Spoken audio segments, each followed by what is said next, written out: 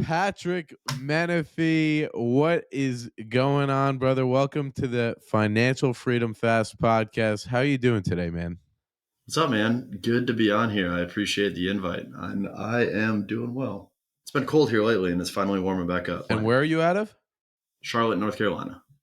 Charlotte. Wow, I didn't know it got cold out there, man. Usually, you guys Well, have the good weather.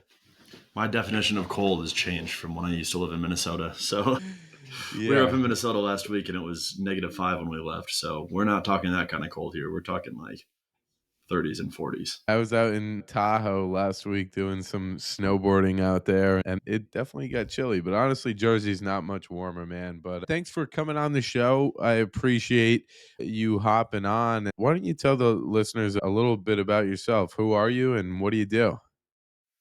Yeah, man. So Patrick Menefee, as you said, I a couple years ago was leaving the army and had a blank slate to do whatever I wanted to do. And I've known ever since I was a little kid that I wanted to do something in business for myself. Always had that entrepreneurial bug ever since I was a little kid. Got into consulting, seemed like a natural path to figure out and get more experiences and all that kind of stuff. So I did that for a few years, and it was a good experience. I traveled a lot, I did get to experience a lot and I learned a lot about business too. But when I was in the middle of that, I got started in real estate. And so real estate was the first catalyst for me. And real estate was what allowed me to quit my job, both rentals and flips. And once I started, I dove in really quickly and went fully in head first and picked up, I think it was within about 9 or 10 months, I picked up 20 doors. And Wow. then a couple months later, did a couple of flips, picked up a couple of flips. And then within about 13 months of when I got started, I quit my job and went into it full time. And so ever since then, done a few things since then. The portfolio has continued to grow. And then now I'm actually offloading a bunch of the portfolio as I shift into some other focuses. I bought a lawn care company last year and got into business acquisition a little bit. And then now more recently, I am heavily focused on my coaching business. I'm working with a couple of clients right now and working on expanding that. And then along that path, creating a networking group, not really networking, but just a group in Charlotte called Charlotte Entrepreneurs that's based on bringing small business owners, entrepreneurs together to focus not just on what they're doing and how they're doing it, but also on why, and focus on purpose and focus on driving towards something meaningful. So that's a variety of different things that I've done and that I am still have my hands in. But right now the focus is very heavily on the coaching and on the Charlotte Entrepreneurs. Dude, that's insane, man. 20 doors in 9 months. And from the first deal you got, you quit your job 13 months later. If that's not financial freedom fast, I don't know what is, man. So I think you're the perfect guy to have on this show. Let's jump back to your first deal. What did the first deal look like? How did you finance that? I know you mentioned you were in the army. Thanks for your service. Was that a VA? How'd you structure that? The first one was, so I actually did two deals back to back. One of them was a quad. That was my first one. I did that by myself and I used a traditional 25% down loan. Then I realized that I was going to very quickly run out of money. And so for the second one, I partnered. And so as far as the financing, just to back up a tiny bit, over my entire army career and really ever since I graduated college, I was really diligent about putting money away.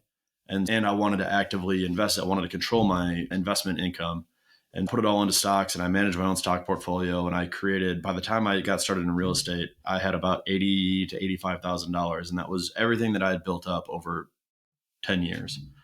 And I basically went all in and I cashed it out, and I like to call it burning the ships, and use that $80,000 to $85,000, and that's what helped stretch that into 20 doors over that time. So the first one, I put about $45,000 of my own money into closing it. It was a fourplex, $160,000 fourplex that I needed to renovate and do some work to bring it up to market value. And then the second one was 6 units. So the 6 units was $155,000. It was three duplexes that had, again, some value add. Went into that one with a partner, and I brought 10% of the cash to the table. So I got into this deal with less than $4,000 of my own money. Wow. So ended up being a great deal. I can dig more into it if you want, but that was Yeah. ultimately So $3,900 how, to get into that one. How much equity did you get in that property? You only brought 10% of the cash to close. I ended up getting 55% of it. That right there is insane. 55% equity, and you only had to bring 10% of the cash. Now, what was your, and for all the listeners out there, I've done similar where I get 50% equity and I bring no money to the table. But on the other side, obviously, they bring in cash. You have to bring some type of expertise in the area. You have to bring the deal. You have to manage the deal. What was your role in that structure? My role was everything else. Mm, That we basically went in from the start and said, me doing the work and me running this deal.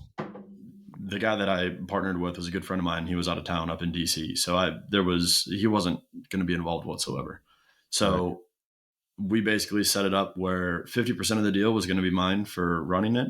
And then the other 50% was going to be split based on how much money we put in. And so I gave him the opportunity, said, if you want to bring 100% of the cash to the table, you can have 50% of the deal. He said, I want you to have a little skin in the game. So I put in 10% and took an extra 5% of the equity along with it. Dude, and that just fully erases anyone's excuses about cash that they have getting into real estate.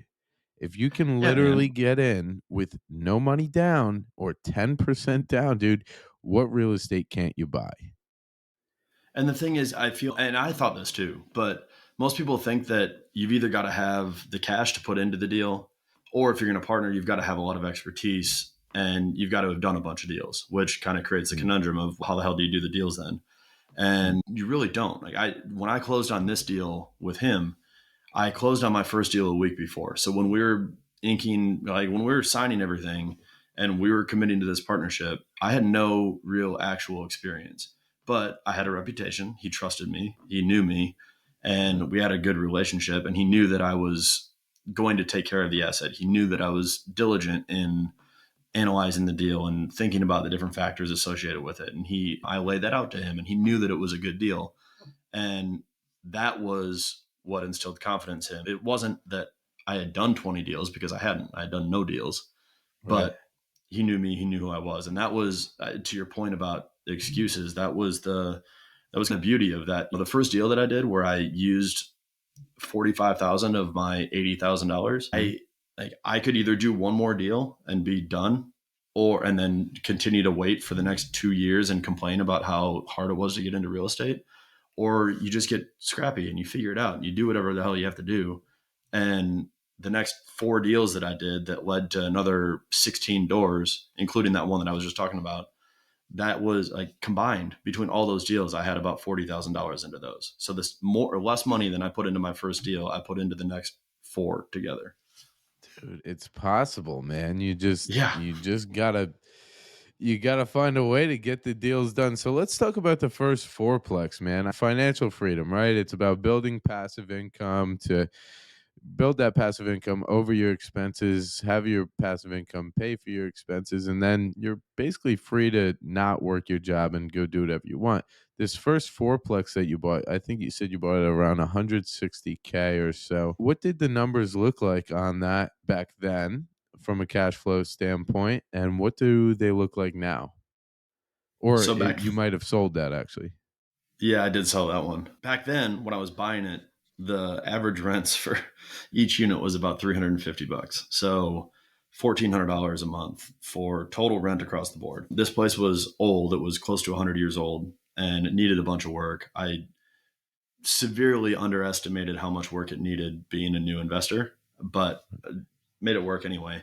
And market rent was about between $600 and $700 per door. Mm, So I bought it for 160. I put in what I put in. That was a long time ago. I put in about 45,000 dollars ish into the mhm, renovation. Appraised after I got everything done. I leased out the units. I had a property manager. We leased out the units. Ended up getting, I think, 650 for 2 of them, and the upstairs units were a little bit better. And I think we got 725 for those, something like that. So we were across the board. Total rents were right around $3,000. And That math doesn't add up. It was close to $3,000 somewhere. Around 2750 is what those numbers sounded like there. Yeah, And it what ended was up your being mortgage at? actually sorry, it ended up being actually it was 3,000. So I don't remember what the specific rents were, but I was pulling in 3,000 from it. And mortgage was 850, less than 900. And then I was paying 10% to a property manager. So Right. now it was a shithole. I don't know if I can say that here. It wasn't the best Yeah, you property in the can. world. Okay. It wasn't the best property in the world. So there were, even after doing some of the renovations, there were some expenses every month for repairs. But all in Right. all, yeah, it cash flowed very well. So that 750 number that you said, the mortgage, is that mortgage, taxes, and insurance? Yeah. 850, I think it was. Eight 850, man. So your first deal, so let's just take a look at this. 3,000 gross monthly income. You've got 850 coming out for your mortgage, taxes, and insurance, and then you've got 10% of $3,000 for property management, so that's 300 bucks. So that puts you right around 1150 that you're putting out every single month in expenses, and you're bringing in 3 grand.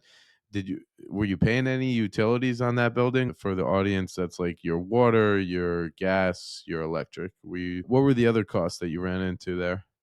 Yeah, it only had one water meter, which was the one downside. Hmm. So we initially, early on, billed back $25 per door, but that wasn't, especially as we increased rent, that was the sacrifice, was I'll just eat the Right. cost. So that ended up being probably around I can't remember, but around $200, maybe a little bit Right. more. And Right. then outside of that, what else was there? I also, once I got the renovation done and once it got up to $3,000, I refinanced it. And so it bounced the loan value up by about $40,000, which then increased the loan payment to, I think it ended up being a little over 1,000. And And then what I did set it aside money for reappraise repairs. at? 225.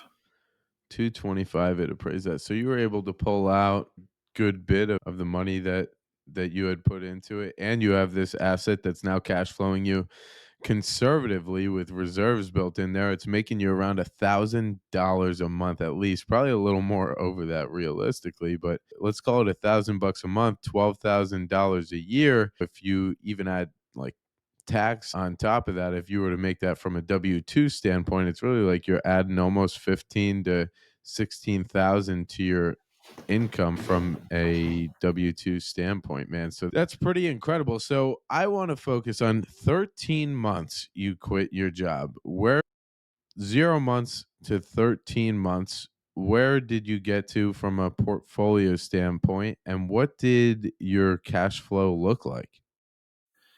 The portfolio, I ended up at that point when I quit, I think I had 21 rental units. Yeah, 21 rental units. And then I had two flips. And so part of the reason that I made it happen as quick as I did, A, was partnerships. I was very clear on where I was going and what I was doing. So I just dove in and sprinted, which is why I did all the partnerships and made the money stretch as far as I did. But Mhm. then also I had a pivot point where I realized part of the benefit of the partnerships was being able to spread my money into a lot of different deals. But part of the difficulty of it was, especially as I got into my last deal, the last deal that I did, I brought $9,000 to the table. I got 40% of the deal and I was making a couple $100 a month with it. And it wasn't great. The property was a pain in the ass. And as I started looking into other partnerships where I was going to have to bring similar terms, where I was going to get something like that, where I could get into deals with not very much money, I started looking at it because my entire selling point was, I'm going to do all the work for you. Yep. And when you get to 4, 5, 6 partnerships, and now on these, they were all with different people. And Right. so when I'm doing all of the work on every one of these deals, and I'm only getting 50% of the deal or less, that starts to add up to say, the time that I'm putting into this isn't necessarily worth $200 a month. And Right. so where I shifted my mindset was, I need to generate active income so that I can put that into passive income. Yep. And I was very opposed to flipping early on, between taxes and between getting rid of properties and all that kind of stuff. And I started realizing that flipping was a way to generate capital by doing something that I was already doing, selling the asset, and then having that capital available to put into deals without having to share it with other people. So the other part of that was big for me, as you asked the question about quitting my job, I got into two flips before I quit, and one of them was on the market by the time I quit, and the other one was in Mm, progress. And so, what that meant for me was I could reframe my conversation about cash flow. And mm, instead of needing to have, I was working a 6 figure job, but I didn't need to have 6 figures coming in from my cash flow. I only right. needed to have enough where I think I had, by the time I quit, I think I had about $2,500 in cash flow coming in. Mm, And the rest of it was made up for by flips. And so I would flip a property, I would bank the money. That would give me, I would have profits to play with. And then also I would have a few months of runway, and I would just keep that cycle going. And so I was able to make up for the difference in my cash flow versus my expenses by really generating 6 months of income at a time with each. so you're using the flips partially as almost like this psychological barrier for yourself. So you have the cash flow, that's like a defense mechanism. I've got this monthly recurring income that I can go tap into if needed, but I also have these flips that are giving me some feeling of safety because I can use that as active income to jump in there, man. So I love that. And how much were you spending at the time? Like, it was 2,500 half of your expenses? Was it a quarter of your expenses? It was roughly half. I Mm, was, and that's one of the other big shifts that I think the audience and just anybody in general can really get help with is we had this, like, the idea that I had in my head was that I had to have $10,000 worth of cash flow. That yeah, was the mark that I had put on paper. I had said that I was going to do it by the time I was 40. Then I said it was going to be when I was 35. And that was my mark on the wall, was I was going to create $10,000 in cash flow every month. And that was going to be what I used to get out of my job. right, And if you actually start thinking about it differently, you don't need to get that far. Obviously, that's great, but you don't need to have that be your catalyst for getting out, unless you love your job. And there's different situations, but you can leave with less. You can start thinking about what are your expenses. And so, with my expenses being much lower and with not having to worry about taxes in the same regard, without having a lot of the same overhead and the tax advantages that I had. So, I went from having 20% of my or more of my salary taken out by taxes to now, A, I'm keeping everything that I have, and B, I have even more tax advantages with real estate that I'm not going to pay income tax on it anyway in those first years. And then you add into that playing a little bit of defense and saying, okay, where can I cut my expenses back? What's my actual net right. expense every month? And that came out to around $5,000, maybe a little bit less.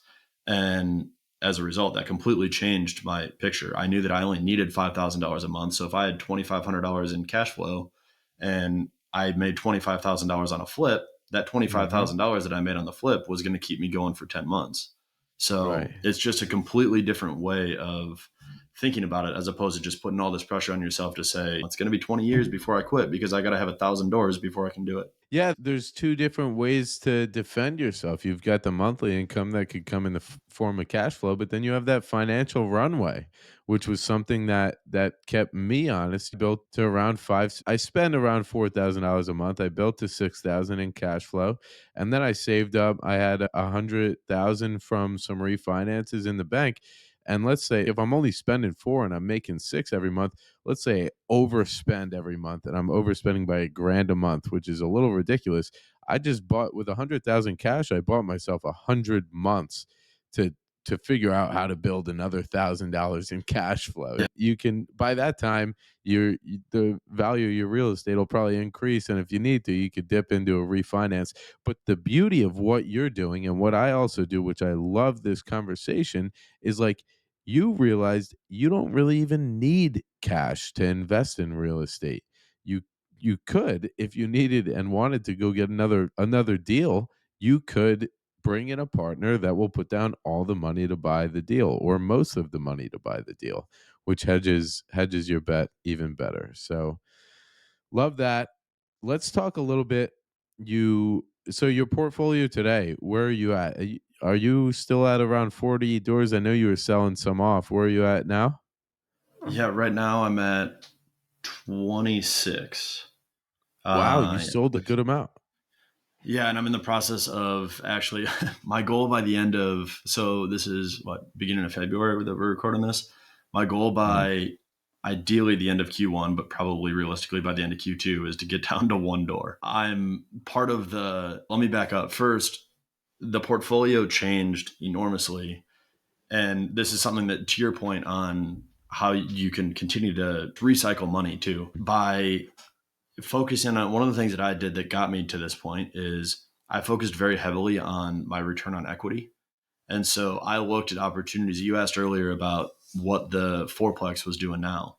And I'm not sure because I sold it a year and a half ago, but I realized a combination of things. At one, that it had a ton of equity in it. And I had pretty much capped the rent that I was going to get from it.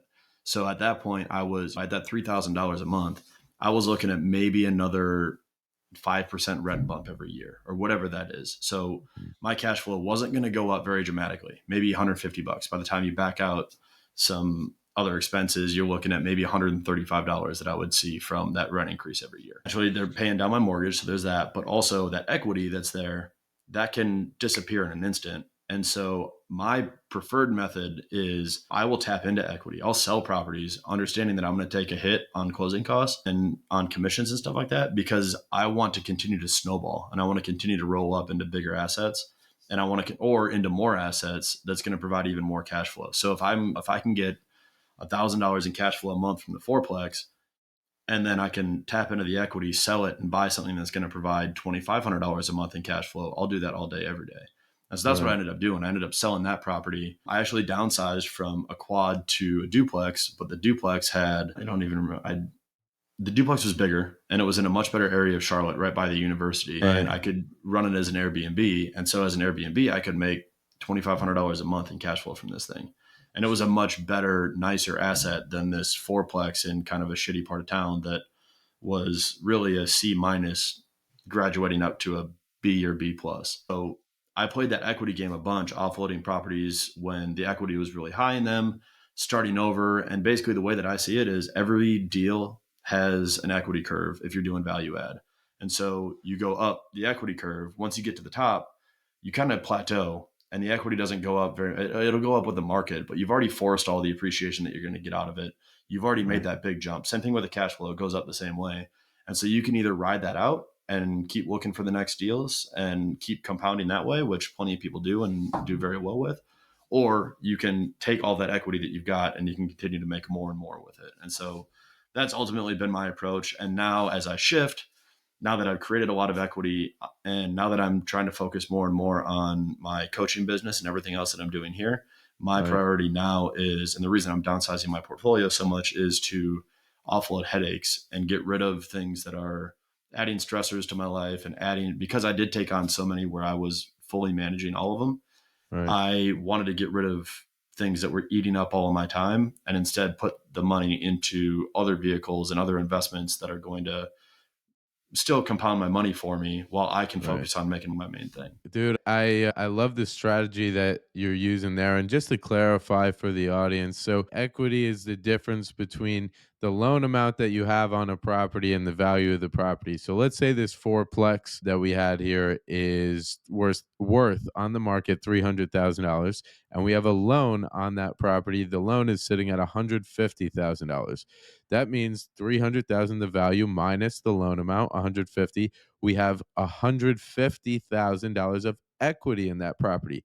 So what we did here was we took a what Patrick did here is Patrick took a look at the return that he's getting from a cash flow standpoint versus this $150,000 of equity that's sitting in the property and said, would I be able to make a better return on that equity if I pulled this out of the property by selling it or possibly refinancing it and moving that into a different asset class? So now that we have an understanding of what you're doing here, where are you moving this money to? Is this, I know you got this lawn care company that I think you got seller financed. You're working on this coaching business. Is that more where you're aiming your capital efforts towards now? Not terrible, a little bit, but not too much. And I appreciate the clarification and the explanation on that. The the lawn care business that I bought, I did get both bank and seller financing. So I'll put a little bit of money into that to help with some runway and some growth and stuff like that, but not a ton. It was already producing revenue when I picked it up. And then the coaching business, I'm going to put some money into that, but that is very low cost right now. So I can put a little bit into amplify and also to create some additional runway as I transition some of my portfolio. But really, I'm looking at a couple of things that, I mean, while we're young, there's being young is the time to take advantage of opportunities because you've got plenty of runway if you make a mistake. And Right. so I that was the mantra that I lived by when I was getting started. And now even with having a family and being in my 30s, it's still very true because there's still so much time left. And so Right. my focus now is shifting into I've got a couple of deals either under contract or on the market that once they close, I can start making these moves. But I'm looking at some things like oil and gas investments that provide a higher return than real estate. They've obviously got a good bit of fluctuation with the price of oil and stuff like that. Mm. It's a different animal, but there are also tax advantages there and small things. I'm looking into a couple of people that I know now through my network and through a bunch of great people that I met along the way that are doing, I've got one guy that's creating a private equity fund and Mm. investing in a variety of things with that fund, from real estate to small businesses to even cannabis companies that you Mm. can't normally buy into. And then some of it I'm putting into, so those are two of the more higher risk, but higher return. And Mm. then I'll also diversify with some into real estate funds, whether it's a syndication, whether it's a partnership or something like that. But ideally, investing in deals where they're not going to be near as high of cash flow. Right. But ideally, with investing in those deals, they're going to provide me with my cash back in a couple of years through a refinance, and I continue to snowball that way. So Right. those are the main areas that I'm looking at right now. I'm also open to other ones too, but Right. I'm ultimately looking for places where I can put my money with operators that are vetted and are very good at what they do, so that I don't need to be. I'm basically flipping roles from where Yeah. I had been in the past to where I know that they're going to take care of my money. I know they're going to make a return on it. I know I don't Right. have to worry about getting a call from my property manager that another HVAC system blew out Right. and that I have to deal with it. And I can instead focus on what I truly love and care about doing. And that's the power of real estate, right? You came in with not a ton of money and you put in the work, you put in the hours, you put in the time, you put in the knowledge and the effort that you needed to get this stuff done. And now you've got the capital where you can switch out, pull it out, and start removing yourself from the business, but still building that cash flow. What does your cash flow look like right? That's a good question. It's a little bit of a mess and it's in flux because of properties that are for sale. One of them is an Right. Airbnb. And so since we're doing showings, we're not actually getting listings on Airbnb, which is frustrating. Mm. But prior to these going on the market and everything going haywire with that, I was looking at it's a little over 3,000 so that duplex that I bought that I was telling you that I had $2,500 in cash flow from, I Right. sold that last year as well as a part of this. So prior to that, I was around 5 or 6,000, and Right. now I'm around 3,500, whatever that is. So you've got this coaching business starting up here, and we were talking a bit off camera about purpose and how your purpose can guide you building goals and building these different milestones to get to financial freedom. And also you mentioned something about financial freedom a not being the end goal but being a milestone. Can you dig in a little bit on that and your feelings, your knowledge on purpose there? Yeah, man, I'd love to. It's one of my favorite topics now. I, for me, the best way to tell it is just to put it in the context of my story, which was, as I said before, I've worked towards, especially that last 13 months prior to quitting my job. Like I dove in all in, and that was my singular focus.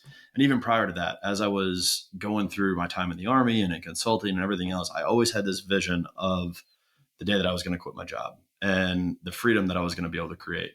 And so really for probably 10 plus years, my entire purpose was effectively wrapped up in this idea of freedom and in quitting my job, which was wonderful. And it was ridiculously fulfilling when I quit my job, and I still get chills a little bit thinking about it. But looking back now, the thing that I realized that was difficult is when I found my freedom and created my freedom, I lost my purpose. Right. And that was really something that I struggled with, which is why I went all over the place over the next couple of years trying to figure out where I wanted to go. And so where I am now finding is very important, and where I'm trying to help people through both Charlotte Entrepreneurs and through my coaching program, is developing a something or understanding, digging into what your purpose is up front, and at least starting to think about it. It doesn't mean that you're going to have it all figured out. You don't need to have it all figured out before you quit or before you make the jump or anything like that. But at least start thinking towards the long term. What's the vision for what your life looks like? What is it that you want to look back and say, this is what I accomplished and this is what I've done for the world? Like, start thinking about those types of things, and at least have a little bit of that idea in the back of your head, so that when you're, to how you led this off, to where when you get to financial freedom is a milestone along the way, as opposed to the final destination, because it, no matter what, it isn't the final destination. And you don't want to be at that point where you look around, so many people do, where you look around once you achieve that financial freedom and you're like a dog that caught the car that didn't know what to do. And you look around and you're like, shit, what do I do now? So creating that long-term vision that you're drawing towards, I think that's where the magic happens. Yeah, finding what you'll do when you get there, man. Cause like you reach this point, you could do absolutely anything. And if you have this choice of doing absolutely anything, you could find yourself doing absolutely nothing and sitting around and not knowing what to do with yourself. My Jason Drees performance coach, Joe Moffat, what he says is that financial freedom, that's not the end goal, it's not the end all be all, that is literally the starting point. This is where we start, and then what does life look like from there? Design your life after financial freedom. What does that look like? And that is your purpose for getting to financial freedom. Yeah, absolutely. Patrick, I want to know, what would you say is the best way, given the market conditions today, fastest way? Could be real estate, could be business, could be partnering to syndications, whatever. What is the fastest way for someone today to generate $10,000 a month in passive income? Passive meaning we're not putting a ton of time in. Obviously, nothing is completely passive, but mostly passive income, $10,000 a month. I think, yeah, you could take it a couple of different ways. If you don't have a lot of capital to start, I'm going to take a little bit of a roundabout approach to this. I would start with figuring out how you can put aside money and create capital that you can invest. Like we talked about and how we started this off, you don't need it. It's not a prerequisite to investing, but life gets easier if you do have capital available and you can make it go further. So I would say start by figuring out how you can start generating some active income. One thing that I think is a really good opportunity for people that they may not think about is something like, I'll call it line of credit arbitrage, to where if you have a line of credit available to you, whether it's a HELOC, whether it's a personal line of credit, whether it's anything like that, if you have some type of funds available to you, there are tons of people that you and I both know that flip properties and that turn, whether they're doing new construction or flips or whatever, borrow money for the renovations, and they'll pay for a 6-month loan, they'll pay 20% Right. return on your investment. And so you can, if you're using a line of credit or something like that, you can really use those to stack some cash. And in the meantime, if you're going from the approach that I did, which is probably how I would recommend for a lot of people, is just get good at something, build up a reputation, or use the reputation that you have in order to be the one that runs after the deals and takes care of the asset, learns how to analyze it, learns how to manage it, learns how to run it, learns how to create a return for other people. And then you can bring in money and you can run those in parallel. And I think that's probably the route that I would take if I were someone starting off. Uh, on the one hand, figure out all the ways that you can make money without having your own money by those Mhm, partnerships. And at the mhm. same time, start building your own capital so that you can start putting them into some of the higher return investments as well. And then all the while with both of those, keep turning over that portfolio, keep turning over that equity, or keep tapping into that equity so that you can continue to make the highest return possible. Think about return on your equity as if it were return on your cash, and how you can then transition if you're making a 2% return on your equity, how you can then turn that into a 12% return on your cash. And now you've got even more cash flow coming in. Kind of a I, lengthy answer that covers a couple of different approaches. I don't think there's any one specific place to put your money or to put your right. time, but I think a combination of those is kind of the most effective way to combine time with a lack of capital and with capital creation to make cash flow. And you did tap into a few different areas there. If you don't have access, you don't have the cash in your bank, you could go to a partner. Or if you have access to this line of credit, but you don't have the time to go do real estate, maybe you go grab some money out of this line of credit that you're paying 2, 3, 4, 5% on, lend it out at 20%. You're still making a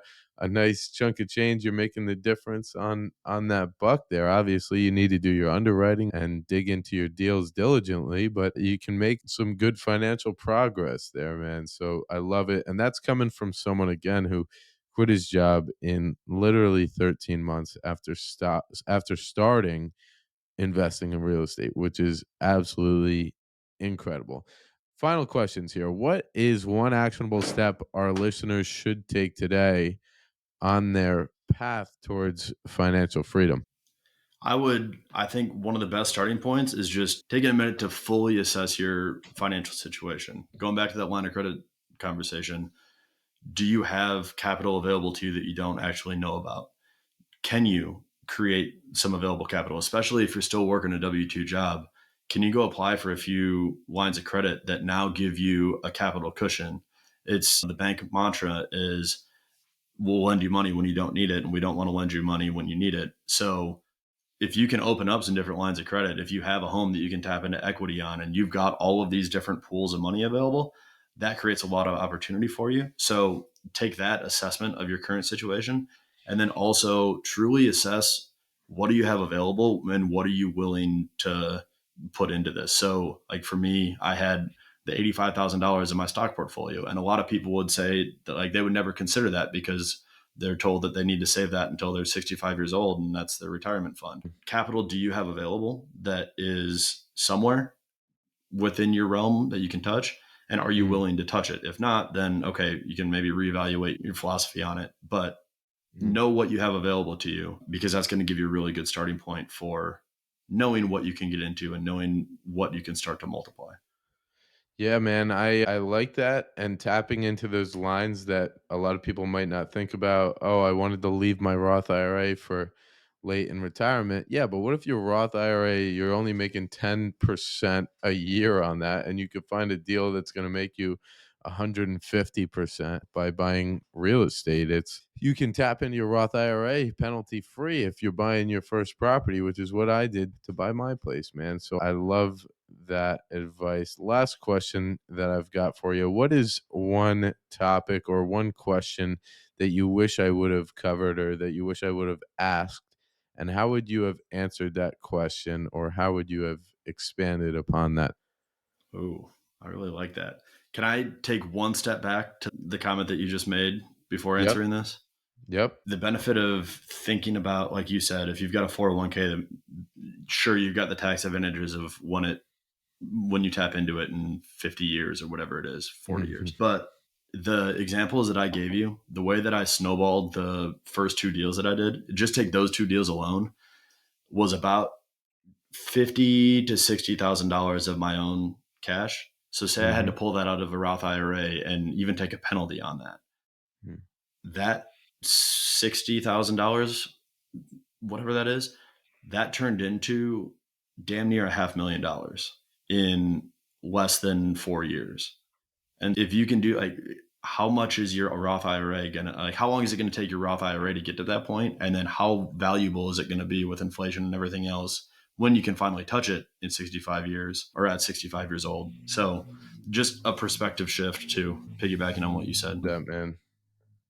As far as your question, I would say I don't know the specific phrasing of the question, but something along the lines of what is What is a question that you wish I would have asked or a topic you wish I would have covered? Something that you want our audience to know here that you think they should know. I think the biggest thing and this has been my point of emphasis lately, but the biggest catalyst, the question would probably be something along the lines of what is it that that allowed me to make the progress, especially over the past year. And I think you and I have both, we met through the Jason Drees environment and community. Mhm. And all of 2022, an enormous focus for me was in my personal development. And it started for the first time in probably October of 2021. I invested in myself. And I think as entrepreneurs, we want to figure things out ourselves. And that's just how we're wired. And sometimes we can be a little bit, and this is me projecting myself, but can be a little reluctant to get help and ask for help. And so I think what I've seen from and what I've learned from the JDC environment, from the GoBundance environment, from my coach, and just from this deep dive into personal development is the community is huge. Community is absolutely invaluable to helping you continue to grow and succeed and also fulfill your purpose. And Mhm. also having guidance, having working with a coach or working with a community or something to help keep you accountable and also help give you an outside perspective on what you're doing. That is, I wouldn't be where I am right now if it weren't for the fact that I had an amazing coach that I've been working with and I had these environments. So I imagine you probably with working with Joe feel the Mhm. same way. I think it sounds like a crazy thing. And to say that if I would have looked back a couple of years ago and thought that last year in 2022, I'd spend over $40,000 on personal development, I'd think I was absolutely insane. Mhm. And I can't imagine not doing it.